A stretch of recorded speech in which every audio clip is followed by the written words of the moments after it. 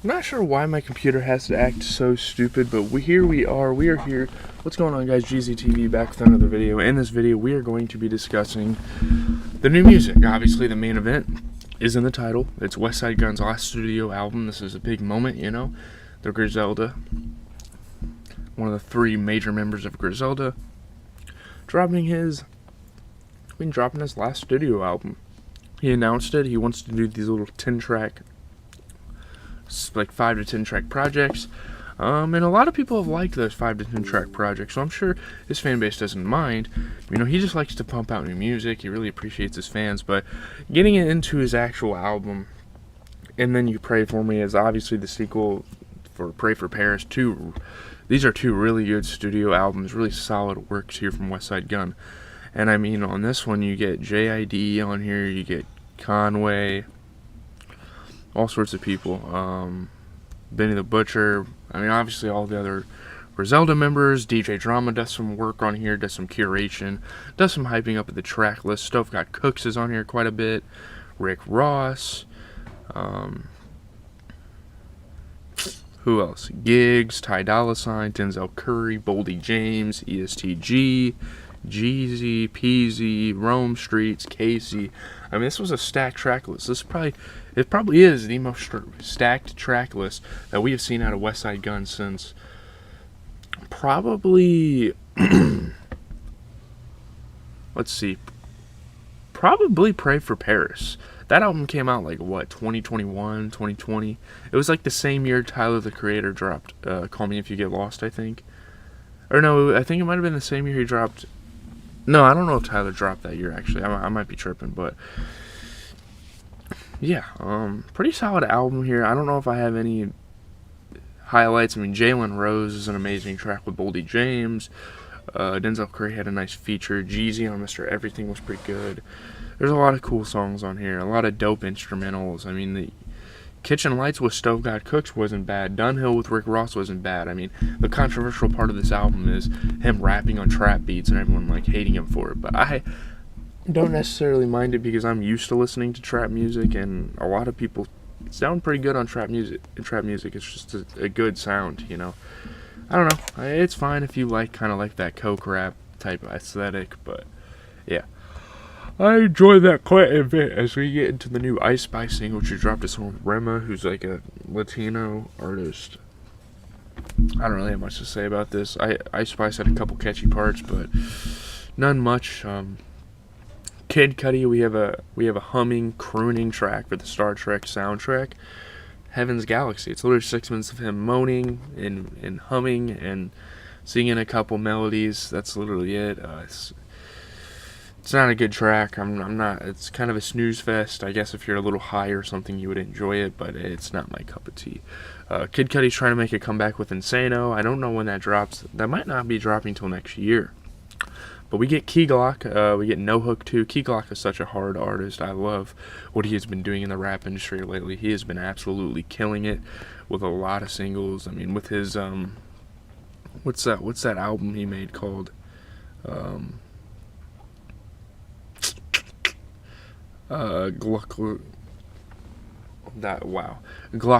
like the Glaucoma series was amazing. Yeah, Key Glock's done a lot. No Hook 2 is just another testament to that, like what direction the sound is heading, and it sounds really good. So we got Babytron with $1 million, I guess. We got a new Babytron track, nice little short, little chill track. Typical Babytron. I'm not super impressed with him at this point. He doesn't really have a sound switch or anything, so yeah. Larry June made a song with Cardo. I'm not sure who that is, but Larry June's been making traction. He's been a pretty big artist for a while. Sorry, I can't speak. I literally just woke up like a half hour ago. I know it's 11:30. I know that's fucked up, but yeah, Larry June, not bad. Don't have anything to say. We have Conway the Machine making a track with Conductor Williams. There was another vocalist on here, but I couldn't think of her name. But Conway the Machine and Conductor. When you get a Griselda artist working with Conductor Williams, you know it's going to be a pretty solid track. And this is no different. I mean, the beat is super unorthodox.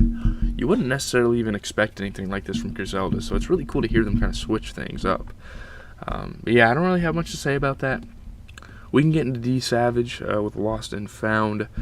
Pretty solid song here. D Savage has been dropping a couple decent songs lately. D Savage, not too bad. It's cool. I mean, I don't think it's anything I'll be replaying, but it's not bad. As we get Victor Thomas with a collaboration with Gunn, this is pretty awesome.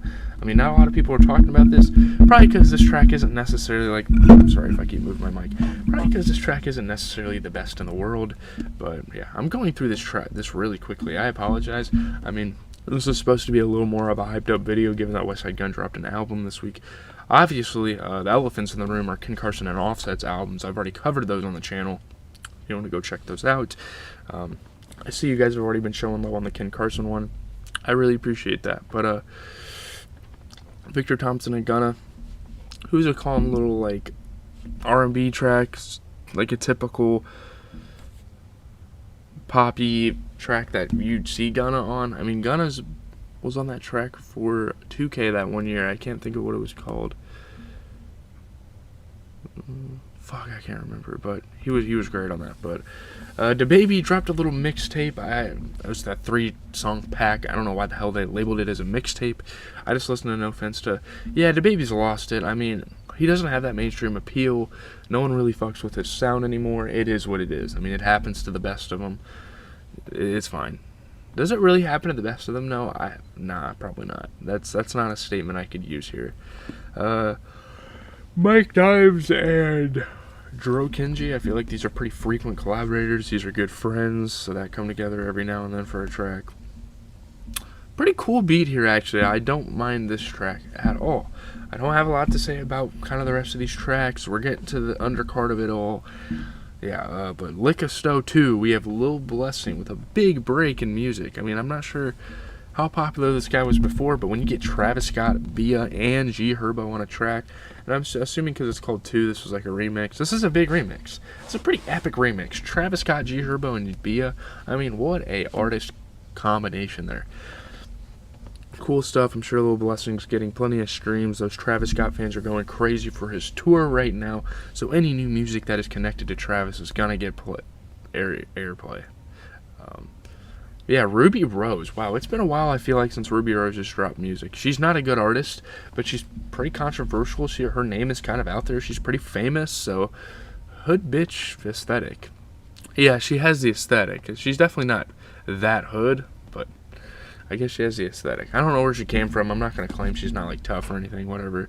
She might have had a tough childhood. I don't know, but as of now, she got that pretty girl type deal going on. But yeah, Ruby Rose, she's been around, eh? As we get to Peasy, he dropped an album. Peasy's having a really big year. I mean, he's kind of going under the radar. Obviously, if you're a super mainstream rap fan, you're not going to really know who this guy is. We had an album with Cash Kid and Ty Dolla $ign. Ty Dolla $ign's a huge feature to have, and Ty Dolla $ign will feature with anyone, but that doesn't mean that this isn't a big feature for Peasy. And he's been working with the Griselda guys. It's cool, man. Not much to say about it. It's just really cool. I gotta kind of wrap this video up. We'll get to Buddy's new track. He dropped like a little album like earlier this year, like late last year. That was good, and I was interested. I listened to it. This wasn't bad. Huncho had a song with Dej Loaf. Dej Loaf is working with a lot of people lately. She's having quite a feature run. Not anyone huge. I mean, I feel like that's good, though. She's trying to kind of get people's names out there. And it's cool, man. Huncho's been on a couple tracks with people. He's a pretty popular artist, I would say. He worked with, I don't know. But, I'm okay. Sorry about the abrupt ending. This isn't even 10 minutes long. Wow. I mean, it's almost 2 hours of music. But, I mean, I kind of sped through Westside Gunn's album. My fault.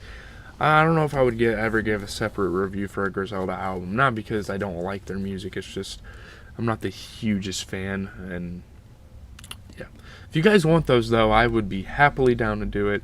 Up next, we're talking about Ozark here, and then I'm going to be out for the day on videos. I got to get some fucking homework done, watch some football, watch my Ozark episode. Got to do a bunch of things. Probably I might stream some COD tonight. I think I'm driving back to the room tonight, so we might be getting a stream here. I don't know. Leave a like, comment, subscribe. As always, it is GZTV, giving you guys the best music videos. Covering your favorite artist, all that stuff. Ken Carson, Offset, earlier this week was a great time. to listen to those albums. Obviously, Ken Carson a little more than Offset, but hey, if there's any more big releases, you're damn right I'm going to be covering them.